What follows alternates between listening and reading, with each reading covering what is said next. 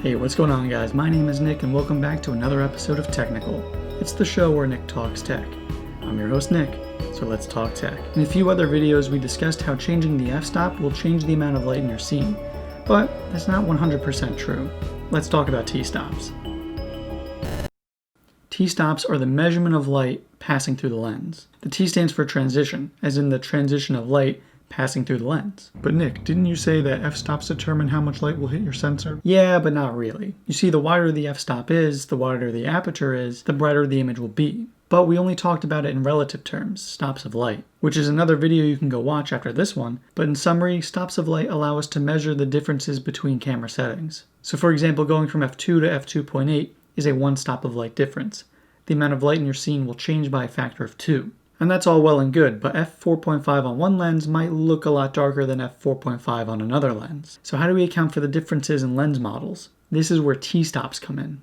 T-stops will give you a value for the amount of light that actually passes through the lens. You see, the glass that makes up a lens isn't 100% clear. The coatings on the lens, the type of glass being used, the reflections and refractions of the light passing through the lens all account for some sort of loss of light, and results may vary. So while f4 might be brighter or darker depending on the lens that you're using, a t4 will always be the same brightness, no matter what lens you use, because we're only measuring the amount of light that has passed through the lens. You can find out the t number of the lens by taking the f number of the lens and dividing it by the square root of the transmission efficiency. That is the percentage of light that's passing through the lens. This means that t numbers are generally higher than f numbers because I think it's impossible to have a 100% transmission efficiency, and it's really difficult to get even close. This is one of the reasons that lenses can cost so much money. The transmission score is very high. You can usually calculate the f number of a lens if you know the t number. Since t-stops are generally higher than f-stops, you can just round down 1/3 of a stop.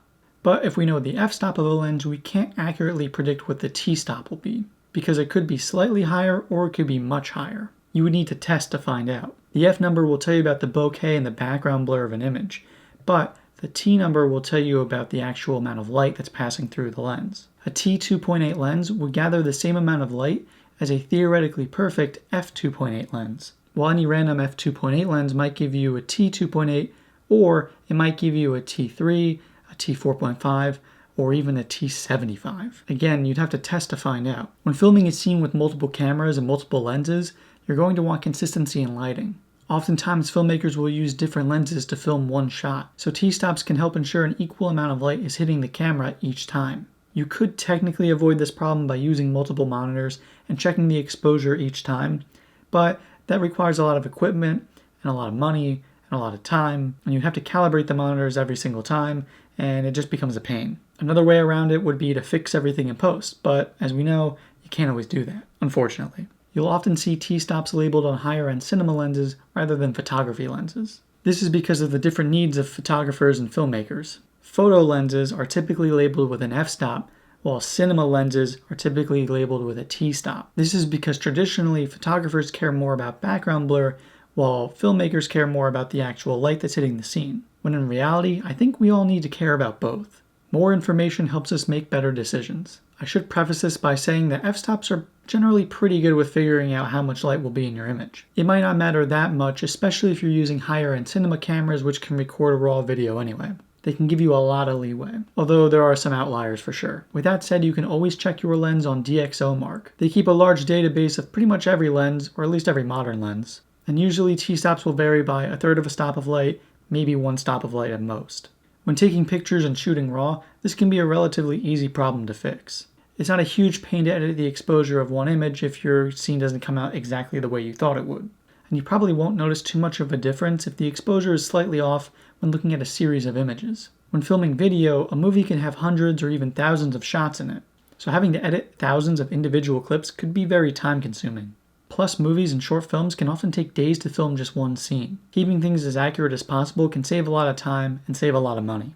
And on top of that, slight differences in exposure would be much more jarring to watch as an audience member when showing the scenes back to back. Side note, t-stops don't really tell you anything about background blur or focal length.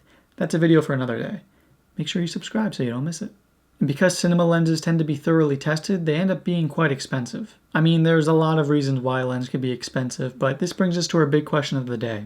Does it matter? And honestly, it depends. T-stops are just another useful tool in the filmmaker's toolkit, but there are alternatives and workarounds to get the job done. And besides, there's no reason to spend a lot of money on a lens that's wildly expensive if you can't afford it anyway. Just work with what you have. Well, that's it for this video. Did I leave something out or get something wrong? Let me know in the comments down below. I put my sources in the description so you can fact check me. And while you're down there, make sure you like the video, ring that bell for notifications, and subscribe so you don't miss another video. I'll see you in the next one. Thanks for watching.